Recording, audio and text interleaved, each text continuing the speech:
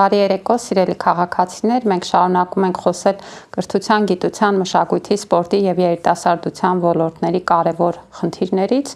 եւ այսօր մենք խոսելու ենք այնպիսի մի կարևոր հարցից, որը պատմագիտության զարգացումն է եւ այսօր իմ զրուցակիցը պատմական գիտությունների թեկնածու դոցենտ Համո Սուքասյանն է։ Բարև ձեզ, պարոն Սուքասյան, շնորհակալ եմ, որ ընդունել եք հրավերը եւ այսօր միասին խոսակցության առիթը կա։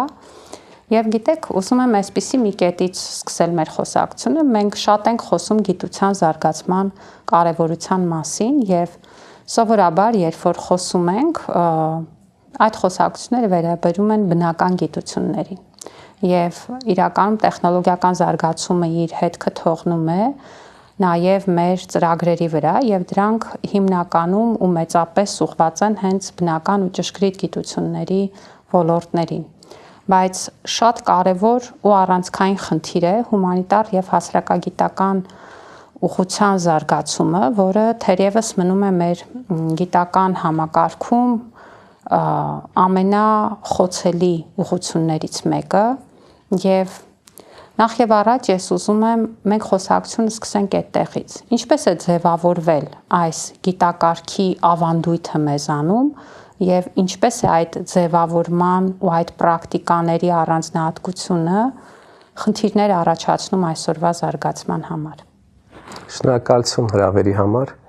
Ինձ համար Տիկին Անդրեասյան շատ միշտ հաճելի է խոսել իմ մասնագիտության մասին, պատմագիտության, մանավանդ պատմագիտության անցած ուղու մասին, եւ դա էր առիթն է, որ սիրով ընդունեցի հրավերը։ Եվ իսկապես, երբ որ մենք ասում ենք գիտություն, առաջին հերթին բոլորս, այդ թվում նաև հումանիտարներից հիմնական մասը հասկանում ենք բնական գիտությունները եւ ճշգրիտ գիտությունները։ Այնուհետև միայն մեր բնագավառը։ Դա իրականություն է։ Եվ գուցե այդ ավանդույթը ձևավորվել է առավելապես մեր միջավայրում, դա իմ գուցե սուբյեկտիվ ընկալումն է, խորհրդային տարիներին։ Դա այնքան տարածված էր մանավանդ բնագետների դերը, նշանակությունը խորհրդային միությունում, ճշգրիտ գիտությունների, ինժեներիայի։ Ես հիմա ցանկանում եմ եւ փորձում եմ հիշել, բայց չեմ կարողանում որևէ ֆիլմ, որ լինի օրինակ պատմաբանի կամ գրականագետի մասին, բայց մի քանի ֆիլմեր կարող ենք միասին մենք թվարկել շատ հեշտությամբ ինժեներների մասին, որովհետեւ այդ մարդկանց աշխատանքը եւ գործը շատ կարևոր էր այդ պետության համար եւ նաեւ չմոռանանք, որ բնական գիտությունների եւ նաեւ ճշգրիտ գիտությունների զարգացումն էր բերում պետության զարգացման, ընդհանրապես նաեւ տնտեսության զարգացման։ Եվ քանի որ գիտությունը առավելապես ընկալվում էր իբրև տնտեսությունը սպասարկող գործիք, միջոց, նույնը նաեւ այսօր է։ Դրա համար էլ այսօր էլ նաեւ եղած ծրագրերի, գիտահետազոտական ծրագրերի, մրցույթների, դրամաշնորհների, առավելությունների մեծագույն մասը տրվում է բնական գիտություններին եւ դա նույնիսկ տրամաբանական է։ Ճիշտ է, մենք հումանիտարներս գուցե դրանից որոշակի ունենք դժգոհություն, հաճախ արդարացի դժգոհություն, բայց նաեւ դա հասկանում ենք։ Նույնը եղել է նաեւ խորհրդային տարիներին, ուղղակի խորհրդային տարիներին, որ նույն ֆինանսավորման չափերն ու ծավալները եւ ներդրումները ոչ հումանիտար բնագավառում շատ ավելի մեծ են եղել, դրա արդյունքում հումանիտարներին տրվող գումարները չեն նկատվել։ Սա իմ ընկալումն է, երբ որ մենք մտածում եմ նաեւ այդ խնդիրների շուրջ։ Ինչ վերաբերում է բուն պատմագիտությանը իբրև գիտություն եւ մեր միջավայրում, հայտնի իրողություն է, որ գիտությունները հիմնականում վաղարդի փուլում առաջացան եւ հայկական պատմագիտության սկիզբը ընդունված է համարել 18-րդ դարը, երբ որ Մխիթարյան միաբանության մեր նախանցած գործընկերները հիմք դրեցին հումանիտար բնագավառի հետազոտություններին, այդ թվում հայագիտությանը եւ մասնավորապես պատմագիտությանը։ Մխիթարյան միաբանները եւ Վենետիկում եւ Վիեննայում ունեն այն առավելությունը, որ անմիջապես շփվում են եվրոպական գիտական մտքի ներկայացուցիչների հետ, իրենց հիմնական մասը տիրապետում էր մի քանի օտար լեզվի, բացի իտալերենից, լատիներենից, նաև գերմաներեն, անգլերեն, ֆրանսերեն եւ այդ իրենց հնարավորությունները օգտագործեցին հայագիտության զարգացման նպատակով եւ հրատարակեցին բազմաթիվ կոթողային աշխատություններ եւ պայմանական կերպով պատմաբանները առաջինը համարում են Միքայել Չամչյանի հայոց պատմությունը, որ տպագրվել է Վենետիկում 1784-86 թվականներին եւ դա համարվում է եւ Չամչյանը համարում է պայմանական կերպով էլի, քանի որ բնականաբար չես կարող հումանիտար գիտություններում բնագիտության նման կարմիր գծեր գծես ամբողջությամբ, վերջին պատմիչն ու պատմագիրը եւ առաջին հետազոտողը, որպես պատմաբան հետազոտող, իբրև գիտնական, եւ այնուհետեւ այդ ավանդույթները շարունակվեց Մխիթարյանների, բազմաթիվ գործիչներ, հայտնի անուններ, Ղևոնդ Ալիշյան կլինի, Ղուկաս Ինճիճյան, Հակոբ Փովստասյան եւ շատ-շատերը մեծ հետ թողեցին մեր մասնագիտության զարգացման բնագավառում եւ այդ սա մի միջավայր էր։ Հաջորդ միջավայրը մենք տեսնում ենք 19-րդ դարի երկրորդ կեսից, հատկապես արևելահայ միջավայրում, ռուսական կայսրության իշխանության ներքո գտնվող արևելյան Հայաստանում եւ շրջակա տարածքներում հայ բնակչությունը ինչպես կայսրության մյուս քաղաքացիները սկսեցին մեծ չափով մեկնել Եվրոպա, կրթություն ստանալու նպատակով։ Նույն տենդենսը մենք այսօր էլ ունենք, բայց տարբերությունը այսօրվա եւ 19-րդ դարի միջև հիմնականում այն էր, որ ի տարբերություն այսօրվա երիտասարդների, որոնց հիմնական մասը չի վերադառնում, այն ժամանակ մեկնողների գրեթե բոլորը վերադառնում էին, եզակի բացառությունները ինչ վերադարձողները։ Սա հետաքրքիր մի տենդենս է, որ առանձին հետազոտման եւ ուսումնասիրության նյութ կարող է դառնալ մեր գործընկերների համար։ Եվ այս երիտասարդները մեկնելով հատկապես գերմանախոս միջավայր, ժամանակակից Գերմանիայի տարածքի բուհեր, նաեւ Շվեյցարիա, Ֆրանսիա, սովորում էին, պաշտպանում էին իրենց դոկտորական ատենախոսությունները եւ վերադառնում էին ռուսական կայսրության տարածք։ Եվ հաջորդ փուլ հետազոտողները Մխիթարյաններից բացի եվրոպական այս երկրներում իրենց հետազոտական ուղին սկսած գիտնականներն էին, որ հետո պիտի դառնային եւ խորհրդային շրջանում եւ նախախորհրդային շրջանում ճանաչված գիտնականներ, չգիտեմ, Աշոտ Հովհաննիսյանի անունը տանք կամ Հակոբ Մանանդյանի, այսինքն մարդիկ, ովքեր իրենց Հրաչյա Աճարյանի, մարդիկ, ովքեր իրենց դոկտորական աշխատանքները նաեւ մեր բնագավառը հատկապես ընդգծելի է, պաշտպանել են գերմանական միջավայրում եւ այնուհետեւ իրենց փորձը բերել են բուն Հայաստան։ Այսինքն եւ հաջորդ փուլը կարող ենք դիտարկել էլի պայմանական 1870-ականները, երբ որ Գևորգյան հոգևոր ճեմարանը հիմնադրվեց։ Մինչ այդ կար Ներսիսյան դպրոցը Թիֆլիսի եւ հայաստանյան միջավայրը, բուն հայաստանյան միջավայրը գիտության առումով դա Գևորգյան ճեմարանն էր իր դասախոսներով։ Այսինքն ռուսական կայսրության ժամանակաշրջանում մենք տեսնում ենք, որ եվրոպական գիտության նվաճումները Մխիթարյանների դեպքում նաև թարգմանությունների տեսքով, երբ որ եվրոպական լավագույն հետազոտությունը եվրոպացի գիտնականների թարգմանվում էին հայերեն եւ փոխարենը հայ հետազոտողների ու հատկապես պատմագրական երկերը թարգմանում են եվրոպական լեզուներով։ Եվ սա մի շրջան էր, որ Մխիթարյաններից նաև որոշակիորեն ազդվելով օտարները նաև սկսեցին զբաղվել հայագիտությամբ։ Այն 19-րդ դարի եվրոպական հայագիտական դպրոցները այսպես ծավալվեցին։ Միջազգային ըստ էության process էր, միջազգային գործընթացի մաս էր մեզանում այս գիտության։ Այո, երբ որ հայագիտությունը որպես գիտություն եւ նաև մեր դեպքում պատմագիտությունը ձևավորվեց իբրև միջազգային գիտության, արևելագիտության մի կարևորագույն ճյուղ։ Հետո ամեն ինչ փոխվեց վատի մասով։ Այս ընդհանուր գործընթացը շարունակվեց մինչև 1920-ական թվականները։ 1920 թվականին Հայաստանի խորհրդայնացումից հետո լրիվ նոր համակարգ ստեղծվեց։ Այսինքն առաջնահերթ խզվեցին կապերը արտասահմանի ճակերտավոր կամ առանց ճակերտ բուրժուական պետությունների հետ եւ նրանց գիտության ներկայացուցիչների հետ։ Սա ավելի խորը ազդեցություն ունեցավ հումանիտար գիտությունների վրա, քան բնագիտության վրա։ Եթե բնագիտության դեպքում խորհրդային տարիներին կարիք կար կապեր պահպանել արևմուտքի հետ, նոր տեղեկատվություն, նոր տեխնոլոգիաներ ստանալու նպատակով, ապա հումանիտար գիտություններին լրիվ նոր դեր սահմանվեց։ Եվ այդ դերը ոչ այնքան բուն գիտական էր, ինչքան քաղաքական, քարոզչական։ Եվ ես առիթ է լինում, որ իմ ուսանողներին միշտ շեշտում եմ, որ խորհրդային շրջանում նաև պետության ղեկավար գործիչների հումանիտար գիտությունների եւ հատկապես բանասիրության եւ պատմագիտության նկատմամբ ունեցած հակումները կամ սերը նաև բացասաբար ազդեց մեր գիտության զարգացման վրա։ Նրանք սկսեցին նաև հատուկ ուշադրություն դարձնել այս գիտություններին։ Եվ որպեսզի մեզ դիտողը պատկերացնի, թե ինչ խնդիրների էին բախվում խորհրդային առաջի տարիներից սկսած այն ավագ սերնդի գործիչները, ովքեր սովորել էին Եվրոպայում, իրենք սովոր էին գնալ այնտեղ միջոցառումների, կոնֆերանսների,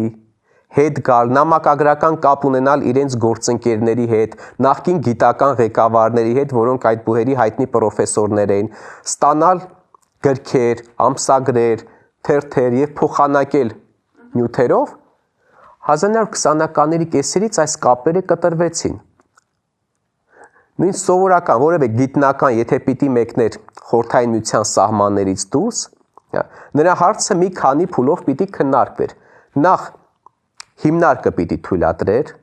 եւ այդ նպատակով դիմելու էր Լուսավորության ժողովրդական կոմիսարիատին, Լուսժողկոմատը խորհրդային Հայաստանում այն գործառույթը ուներ, ինչ որ այսօրվա կրթության, գիտության, մշակույթի եւ սպորտի նախարարությունն էր։ Միայն կրթությամբ չէր զբաղվում, այսինքն Համաձայնվեք, այս պահի անունը ավելի լավն է։ Այո, լավ։ Դե ժամանակները փոխվում են։ Այնուհետև, եթե նախարարությունը համարեր, որ դա դրական է, նախարարի կամ ժողովրդական կոմիսարի ստորագրությամբ ԴԻՄՄ-ին ուղարկում Հայկոմկուսի կենտրոնական կոմիտե, եւ կենտկոմը քննարկում էր այդ հարցը։ Եթե այս դեպքում էլ կար դրական որոշում, ուղարկում էր Մոսկվա։ Խորհրդային միության Կոմկուսի կենտկոմի քաղբյուրոն էր քննարկում։ Այսինքն չափազանց դժվար էր արդեն մեկնելը։ Նայեք, ես ունեմ մի փաստաթուղթ ինձ, ինչպես Սենեքերիմ Տեր Հակոբյանին նամակ է գալիս, որպեսզի արևելագետների կոնֆերանսի մասնակցի Համբուրգում եւ այս երկար գրագրության մի շղթայում, երբ որ Լուսժողկոմ Մռավյանն էլ համաձայն էր, իրեն ուղակի մերժում են, որ մեկնի։ Որտեվ վտանգ կար, որ չեն վերադառնա շատ գործիչներ, որտեվ նման օրինակներ կային։ Սա խորհրդային շրջանը, մյուսը քարոզչական խնդիրներն են։ Ես որ ասում եմ, որ կուսակցական գործիչները խորհրդային շրջանայով սիրում էին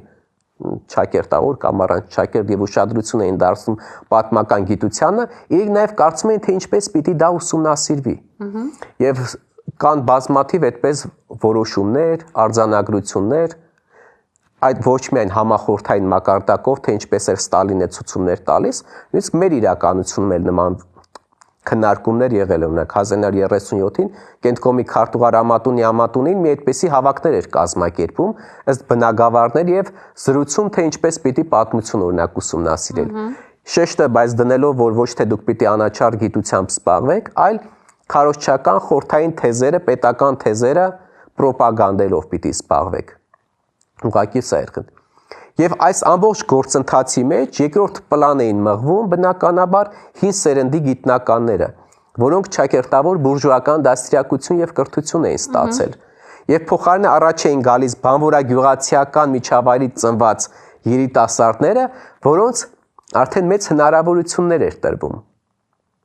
Եվ այս ամբողջ գործընթացը, որ սկսվեց 1920-ականների կեսերին եւ շարունակվեց 30-ականներին, մի մասը, ինչպես հայտնի է, բռնաճնշումների զոհեր դարձան այս անհատների,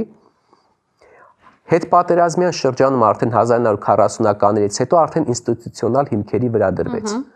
Արդեն պետությունը ստեղծեց տարբեր կառույցներ ու դրանցից մեկն էլ գիտելիք ընկերություններ։ Որ եւ մեր շատ գործընկերներ ավագ սերնդի ուղղակի իրենց կարիերան սկսել են իբրև գիտելիք ընկերության աշխատակիցներ։ Դա էր պատճառը, որ խորհրդային տարիներին մարդիկ գալիս էին մեր բնագավառ ոչ թե գիտնական դառնալու, այլ կամ կուսակցական գործիչներ դառնալու, որովհետև ընդունված էր համարել, որ պատմաբանները իրենք նաև լավ քարոզիչներ են, լավ ելույթներ են ունենում եւ ոչ պատակառորեն կարող ենք նայել 1970-80-ականների ղեկավար գործիչների հատկապես միջին օղակներում պատմաբանները մեծ տոկոս են կազմել։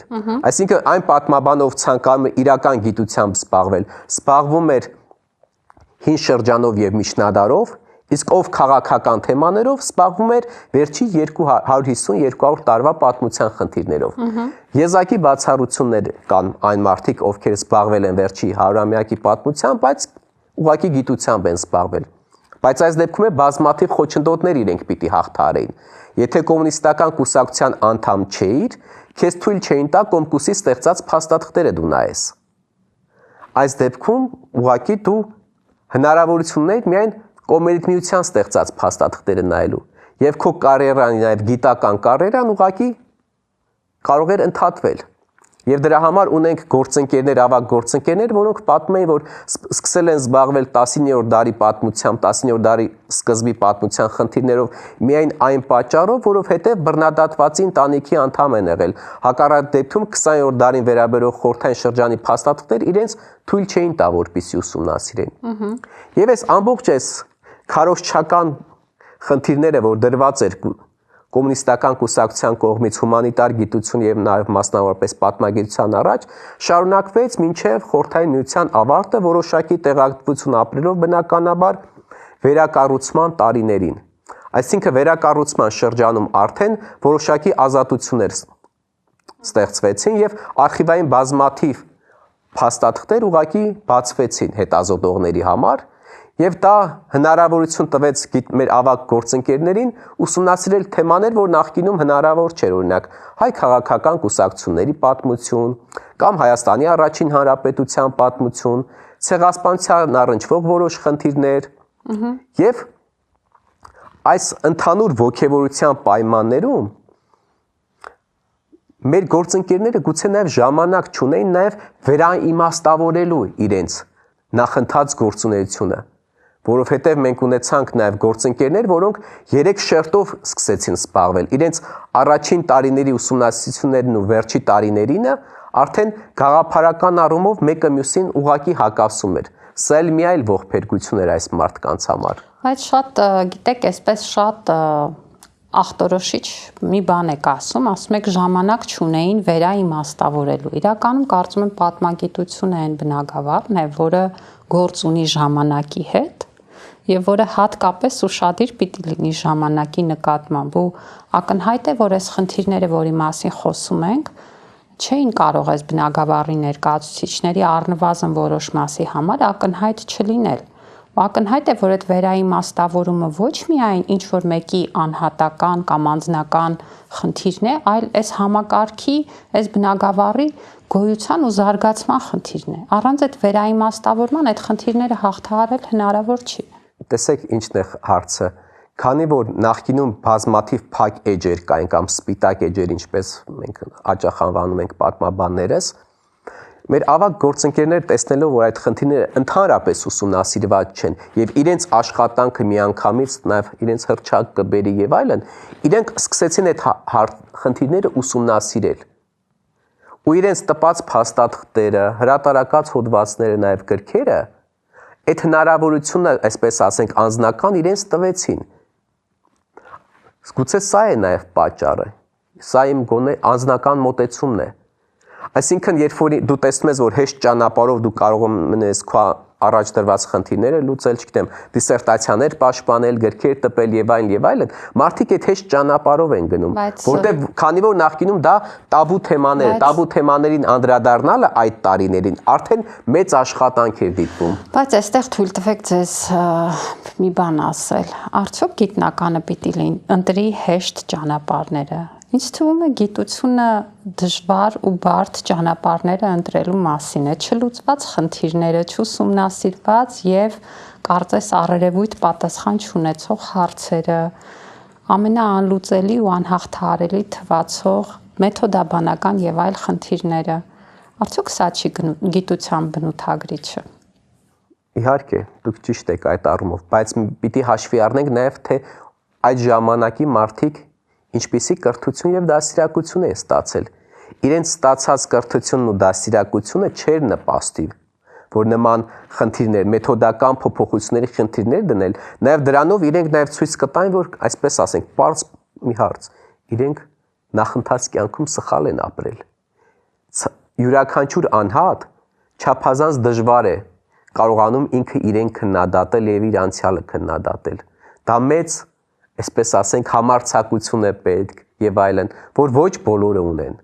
Եվ բազմաթիվ մարդիկ կան, որ նույն, չգիտեմ, 1980-ականների սկզբունքով 2025-ին էլ կարող է հոդված շարադրեն։ Դա մի այլ ծայրահեղություն էլ կան, բայց այս փոփոխությունները նաև 90-ականների սոցիալական միջավայրը նպաստեց, կարծում եմ, որ արագ փոփոխություններ տեղի չունեցան, որովհետև այդ սոցիալական խնդիրները մեր գործընկերներին ստիպեցին, որ իրենք մեծ ժամանակ հատկացնեն իրենց առօրյայում դասավանդման վրա, բուհերում, նաև դպրոցներում եւ նաև կրկնուսույցների իբրև հանդես գալ։ Իսկ այդ աբիտուրիենտ պարապելու գործընթացը ահռելի էներգիա է խլում մարդկանցից։ Եվ սա էլ մյուս խնդիրներ, բայց այդ գումար աշխատելը, մինիմալ կենցաղային հոգսերը իրենց ընտանիքի հոգալը բոլոր մարդկանց բնորոշ հանգամանք է։ Այսինքն այս եղած օբյեկտիվ դժվարությունները նպաստեցին, որ ճակերտավոր նպաստեցին, որ մեր գիտության մեջ փոփոխությունները չափազանց դանդաղ ընթանան։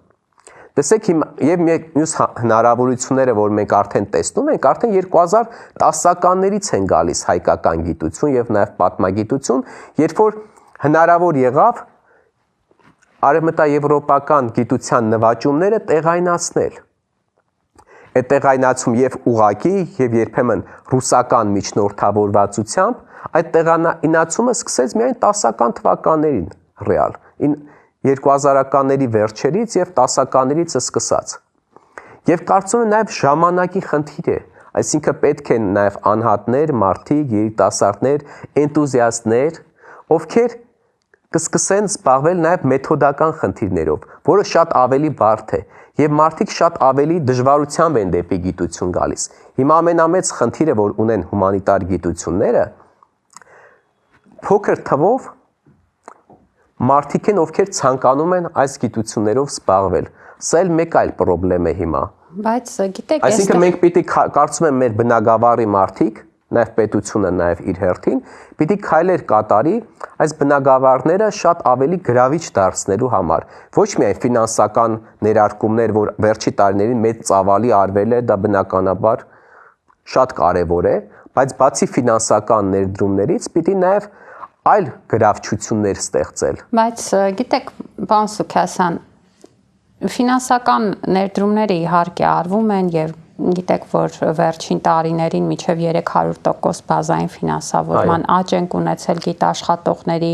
բազմաթիվ դրամաշնորհային թեմատիկ հետազոտությունների հնարավորություն տվող ծրագրեր են ոլորտում գործում, այդ թվում երիտասարդների համար, որտեղ իհարկե հումանիտար եւ հասարակագիտական բնագավառի ծրագրերը շատ չեն, բայց կան եւ դրանց հնարավորություններն են քիչ չեն, դա էլ ասենք, հա։ Եվ այո, կա որոշակի դինամիկա, բայց ես այստեղ մի ուրիշ հարց եմ ուզում տալ։ Նայեք, երբ որ խոսում էինք 90-ականների սկզբի մասին, այսինքն անկախության ձևավորման մեկնարկի փուլի եւ դուք նշեցիք, որ այդ մարդիկ ձևավորված լինելով նաեւ այն միջավայրում, որում ձևավորվել են, չէին կարող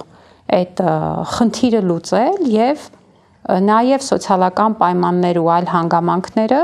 դրթեցին գնալ հեշտ եւ որոշակի կացության մակարդակ ապահովելու ճանապարհով։ Ինչը պիտի ստիպի այսօր, ունենալով արդեն այդ տարիների բեռը, չլուծված խնդիրները, ունենալով մի իրավիճակ, երբ որ պատմական դեպքերի իրադարձությունների վերաբերյալ ցանկացած քննարկում, օրինակ տարբեր վարկածների, տարբեր աղբյուրների առաջ է բերում կատաղի դիմադրություն եւ թիրախավորում են մարդկանց, որոնք մասնագիտորեն փորձում են հարցեր բարձրացնել, խոսել գիտության խնդիրների մասին, պատմական գիտության խնդիրների, ինչպես պետք է այդ գրավչությունը մեծացնել, որովհետեւ այսօր իմ կարծիքով պատմական գիտության Հայաստանում ձևավորված խնդիրներից խոսելը պահանջում է ել ավելի մեծ անձնական խիզախություն եւ զոհողության պատրաստակամություն, քան գուցե 80-ականների վերջին 90-ականների սկզբին։ Տեսեք, որ խոսում ենք խրախուսման եւ նաեւ ինչը կարա նաեւ բերի փոփոխություններ դարձի ամենակարևոր պատասխաններից մեկը կարծում եմ այն է, որ ձեր նշած դրամաշնորհային ծրագրերում, որ կա վերջի տարիներին, արդեն վերջի 2-3 տարիներին նաև պարտադիր պայման, որ օտարերկրյա գործընկեր լինի։ Դա կարող է նպաստել եւ ժամանակի ընթացքում արդյունքները դա կերևա, որպեսզի այն աշխատանքը, ինչ որ արվում էր թեկուզ 18-րդ դարի վերջ 19-րդ դարում Մխիթարյանների կողմից, շարունակվի արդեն մեր իրականության մեջ շատ ավելի արագ տեմպերով, երբ որ դրսի գործընկերները կարող են որոշակիորեն ներազդել ներսի գործընկերների վրա։ Եվ դա հայկական պատմագիտության առաջընթաց է եւ նաեւ նոր ստիմուլներ կարաբերի, նոր հնարավորություններ աշխարհի հետ շփվելու, նոր որակի հետազոտություններ կատարելու։ Սա է մեկ պատճառը։ Իսկ ինչ վերաբերում է, որ ասում եք կարող են, այսպես ասենք, լինեն տաբու թեմաներ, այո, ընդհանրապես հումանիտար գիտությունները մեր չափազանց այսպես կարծրացած են։ Գուցե դա այս գիտությունների բնորոշիչ կողմերից մեկը լինի, որովհետև շատ ավելի դժվար են փոխվում հումանիտար գիտության ներկայացուցիչները իրենց համոզմունքներում, քան բնագետ գործընկերներն են, որտեղ ես շատ նաև բնագետ ընկերներ ունեմ բնագիտության միջավայրից,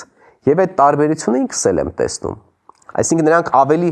հեշտ են, ավելի բաց են, նաև համագործակցության համար։ Գուցե պատճառներից մեկը նա է, որ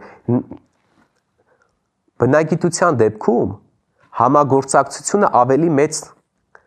ծավալ է կազմում եւ արտերկրի գործընկերների եւ տեղական գործընկերների հետ, որտեղ մեկ անձ չի կարող եւ փորձ դնել եւ հետազոտություն անել եւ այլն եւ այլն։ Իսկ հումանիտար գիտություններում մեկ անձը գրեթե ամբողջ շղթան, երբ որ ինքը փորձում է փակել, այդ դեպքում ինքը կարծեք թե կարիք չի ունենում գործընկերների օգնության, համագործակցության եւ այլն։ Սա էլի նախկինից եկող էլի ընկալումներ կամ մտածելակերպ է։ Այսօրվա աշխարհի միջգիտակարգային հետազոտությունները դանդաղորեն, բայց էլի կարող ենք արձանագրել, որ մտնում են մեր միջավայր։ Եվ ճիշտ է, կարող է ցանկանանք, որ դա շատ ավելի արագ տեղի ունենալ, բայց իմ տպավորությունն այն է, որ այդ արագ փոփոխություն գոնե առաջիկայում շատ դժվար է սպասել։ Դուք ասացիք, որ դասավանդում եք։ Այո։ Ինձ հետաքրքիր է, դուք ձեր ուսանողների շրջանում տեսնում եք այն մարդկանց, որոնք ձեր ասած գործառույթը իրականացնելու պատրաստակամությունն ու պոտենցիալը ունեն, մնալու գիտության մեջ եւ այդ գիտության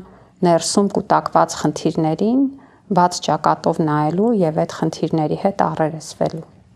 Կարող եմ արձանագրել, քանի որ անկեղծ հարց եք, բնականաբար ակնկալում եք անկեղծ պատասխան, շատ քիչ այդպիսի մարդիկ ենք տեսնում։ Դա ամենամեծ խնդիրն է մեր միջավայրում։ Ինչու։ Ինչու են քիչ այդ մարդիկ։ ասեմ, որովհետև ընդհանրապես դեպի գիտություն եկող մարդիկ էլ են քիչ, որովհետև ի տարբերություն, չգիտեմ, 15-20 տարի առաջվա, երբ որ հնարավորությունները ու աշխատատեղերի քանակը շատ ավելի քիչ էր, մարդիկ այս պետական համակարգի աշխատանք, այդ թվում գիտություն շատ ավելի էին ձգտում գալ։ Իսկ այսօր մասնավոր ոլորտը գրավում է մարդկանց, որ ավելի ճկուն պայմաններ է առաջարկում, ավելի բարձր վարձատրություն։ Հիմնական խնդիրներից մեկը կարծում եմ սա է։ Այսինքն ժամանակակից պայմաններում պատմական գիտությամբ զբաղվելը ոչ մեկին պետք չի։ Չէ, ոչ թե ոչ մեկին պետք չի, ես ասում եմ գրավչությունը պակասել է ավելի եւ հոսքերն են պակասել։ Դրա համար կարծում եմ պիտի մենք փորձենք նոր հնարավորություններ եւ նոր բրենդներ ստեղծել։ Այդ թվում անհատ բրենդներ, երբ որ երիտասարդը տեսնի, երբ որ ինքը գալու է գիտությամբ, ինքը ինչ ապագա կարող է ունենալ իր բնագավառում, ինչ հաջողություններ, թեմատիկ խմբեր, դրա մեջ անդամ, հետո ղեկավար, հետո այլ հնարավորություններ, միջազգային ծրագրեր, որ կարա գրավի երիտասարդներին եւ նաեւ սոցիալական երաշխիքներ, որ ինքը տեսնի, որովհետեւ ի տարբերություն այլ բնագավառների, որտեղ արդյունքը կարող է շատ արագ դու տեսնես 1-2 տարում գիտության մեջ ու հատկապես պատմագիտության մեջ ամենամեծ խնդիրը որ կարող ես նայել երիտասարդի աչքերով այն է որ տարիների քրտնաջան աշխատանք է պետք։ Եթե նախկինում դա կարող էինք արձանագրել 10-15 տարի էր պետք որ որևէ մեկը ոլորտում արդեն կայացած մասնագետ դառնալ, այսօրվա պայմաններում դա իմ գոնե իմ տպավորությամբ առնվազն 6-ից 8 տարի գոնե պետք է։ 5, 6, 8 տարի պետք է, որ այդ երիտասարդը որոշակիորեն կայանա, Իսկ ոչ բոլորն են պատրաստ իրենց կյանքից այդքան ժամանակ ծախսել։ Եթե որակյալ հետազոտություն պիտի անի երիտասարդ գիտնական եւ ոչ միայն երիտասարդ, ինքը պիտի գնա, եթե Հայաստանի պատմությամբ է զբաղվում, մատենադամ ձեռագիր պիտի կարդա, արխիվում փաստաթուղթ պիտի կարդա, իսկ դա ժամանակատար process է։ Դուք անհատի տեսանկյունն եք ասում։ Բայց ամենակարևորը անհատն է։ Անհատը շատ կարևոր է, բայց ես ուզում եմ մենք նաև մի հարցի պատասխանենք, որտեղ երբ որ ես ձևակերպում էի պատմական գիտության պիտանելիության մասին հարցը, ոչ միայն անհատի տեսանկյունից եմ ուզում այդ հարցին մոտենանք, այլ հասկանանք ինչու է այսօր մեր հանրությանը պետք զարգացած ժամանակակից պատմագիտություն։ Ինչու։ Տեսեք մի օրինակ էլ բերեմ, որ հարցրեցիք, ես իմ ուսանողներին սովորաբար առաջի դասախոսության ժամանակ մի այսպիսի պարզունակ թվացող գուցե մի հարց եմ տալի, ասում են լավ, դուք ամեն մեկը որ տարածքից եք, գիտեք ձեր, բնակավայրի մասին, ձեր ծնողներին, տատիկ-պապիկներին, եւ երբեմն գալիս է շրջան, որ անհատները սկսում են հետաքրքրվել իրենց ընտանիքի պատմությամբ, այդպես էլ այդ ընտանիքների պատմությունները միավորվելով դառնում են տվյալ ժողովրդի պատմությունը կամ ազգի պատմությունը։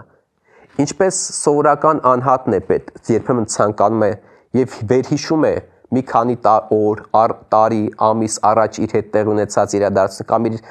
ծնողների, պապիկ, տատիկների հետ կապված իրադարձությունը, այնպես էլ որպես հանրություն մենք նայում ենք մեր անցած ուղին։ Ինչու է դա կարևոր։ Դա կարևոր է մի քանի պատճառով։ Կարևորներից մեկը, գուցե ամենակարևոր հարցերից մեկը, հարցադրումներից մեկը այս առումով այն է, որ զուտ ամենաառանցքային ճանաչողության իմաստով, որ մարդը ինքը իրեն ճանաչի, որովհետև գիտությամբ չպիտի զբաղվել, զուտ զբաղվելու համար։ Այս դեպքում էս հումանիտար գիտությունների դեպքում նաև այդ ճանաչողության խնդիրն է։ Ոչ միայն իրադարձությունների մասին տեղեկատվություն իմանա, տեքստ իմանա, ինֆորմացիա, այլև նաև ինքնաճանաչողության համար է պետք մեր հումանիտար գիտությունները առաջերտին, գոնե դա իմ ընկալումն է։ Մյուս խնդիրը իրեն ընդհանուրի մեջ, աշխարհի մեջ իր մասնաբաժինը իրեն գտնելու համար է պետք, որ պատկերացնի, թե տարածաշրջանում, հարևանների միջավայրում, ընդհանրապես ողջ աշխարհում ինքը ինչ տեղ եւ դեր է ունեցել։ Եվ ինչ կարող է տալ աշխարհին, ոչ միայն ինչ կարող է վերցնել աշխարհից, ինչ է վերցնել նաև որևէ պատմական փուլում ինչ է վերցրել եւ ինչ է տվել, նաև այսօր ինչ կարող է վերցնել, նաև ինչ կարող է տալ։ Այսինքն նաև օգտակարության տեսակետից, երբ որ մենք մարդիկ ենք, գործում ենք, ինչ որ գործունեություն ծավալում ենք, որևէ նպատակրում պիտի լինի։ Եվ ինչպես անհատներն ունեն նպատակներ, այդպես էլ ազգությունները կարող են այդպես նպատակներ ձևավորել, որտեղ չմոռանանք, որ անհատների պատմությունների այդ փոքրիկ միացություններից է գալիս ժողովուրդների կամ ազգությունների պատմությունը։ Գուցե ես այս երկու հանգամանքը շեշտեցի, որ իմ կարծիքով գոնե առանցքային նշանակություն ունեն։ Այս թվարկումներ կարող ենք շարունակել, բայց այս երկու այսպես սուբյեկտիվ իմ ընկալումը ես ասեցի, որ գուցե ընդհանուրից մի քիչ տարբերվում է։ Շնորհակալ եմ, պարոն Սուքիասյան, իրականում ես էլ գալով հասարակական գիտություններից, լինելով սոցիոլոգ, ակնհայտ է ինձ համար, որ տեխնոլոգիական զարգացումը մեզ ոչ մի լավ տեղ չի տանի, եթե դա չի ընթանում զուգընթաց եւ համաչափ հումանիտար եւ հասարակական գիտությունների զարգացման, եւ մենք պատմության ընթացքում բազմաթիվ փուլեր ենք ունեցել, երբ որ բացառապես տեխնոլոգիական գիտության զարգացումը չհամադրվելով համարժեք վերլուծություններով եւ ուսումնասիրություններով հումանիտար եւ հասարակական գիտությունների բնագավառում բազմաթիվ տխուր հետևանքներ է առաջ բերելու։ Ես կարծում եմ, որ հանրային զարգացումը այս ուղղությունների համաչափ եւ համադրված զարգացման մեջ է, ու իմ խորին համոզմամբ մենք այսօր բաց ենք թողնում մեր հանրության վերլուծության մի կարևոր շերտ, որը նաեւ մեզ կտաներ այսօրվա մարտահրավերներին եւ տրանսֆորմացիաներին ավելի ճիշտ արձագանքելու ձևերի եւ այդ ուսումնասիրությունները պիտի արվեին հենց հումանիտար եւ հասարակական գիտությունների ներկայացուցիչների կողմից, ու կարծում եմ, որ իսկապես ինստիտուցիոնալ զարգացման օրակարգ ձևավորելու խնդիր ունենք եւ առանձին անհատ գիտնականների վրա այս խնդիրը թողնելը արդար չի։ Մենք պիտի հումանիտար եւ հասարակական գիտությունների զարգացման, ինստիտուցիոնալ զարգացման հայեցակարգ ունենանք, որը պիտի հետևողական իրականացնենք։ Ու գիտեք, կարծում եմ, որ այս խնդիրը նաեւ ձևավորվել է մասամբ, որտեղ գիտության ոլորտում էլ քաղաքականության մշակման մակարդակում առավելապես ունեցել ենք հենց բնական եւ ճշգրիտ գիտությունների ներկայացուցիչներ, որոնց համար գուցե այս խնդիրները բավարար տեսանելի չեն եղել։ Դա լուրջ խնդիր է։ Դա լուրջ խնդիր է։ Ներողություն, որ ընդհատում եմ, խորհրդային շրջանից դեռևս ընդունված էր համարել, որ բնագետները գիտությունը լավ են կառավարում։ Վիկտոր Համբարձումյանի շրջանից սկսած են ասում են մեր ավագ գործընկերները, որ այդ տեսակետը շատ տարածված էր։ Դրա համար օրինակ ասում են, որ պիտի փորձել, եթե կա տարբերակ, բնագետին վստահել կարևոր գիտական ուղղությունների, այսպես ասենք, ղեկավարումը, ինչը գոնե իմ տպավորության շատ սուբյեկտիվ ընկալում է, որովհետև երբեմն մենք հումանիտարներս ավելի, այսպես ասենք, բարեկամաբար ենք վերաբերվում բնագետներին, քան նույնը ստանում ենք իրենցից։ Սա անվերջ թեմա է, ես կառաջարկեմ մենք փորձենք ամփոփել մեր զրույցը, պատկերացնելով այն մարդուն, ով որ այսօր սովորում է, գուցե դպրոցում, շատ սիրում է պատմությունը եւ երազում է այն մասին, որ վաղը դառնալու է նշանավոր գիտնական, ուսումնասիրելու է պատմական տարբեր դեպքերը եւ կարեւոր հայտնագործություններ ձևակերպելու։ Ինչ խորհուրդ կտաք մեր այդ դպրոցականին։ Այդ երիտասարդին առաջինը կասեի, որ պատմությունը ինքը հետաքրքիր գիտություն է։ Ես կարող եմ բերել իմ օրինակը, թե ես ինչու եմ զբաղվում պատմագիտությամբ։ Ամենակարևոր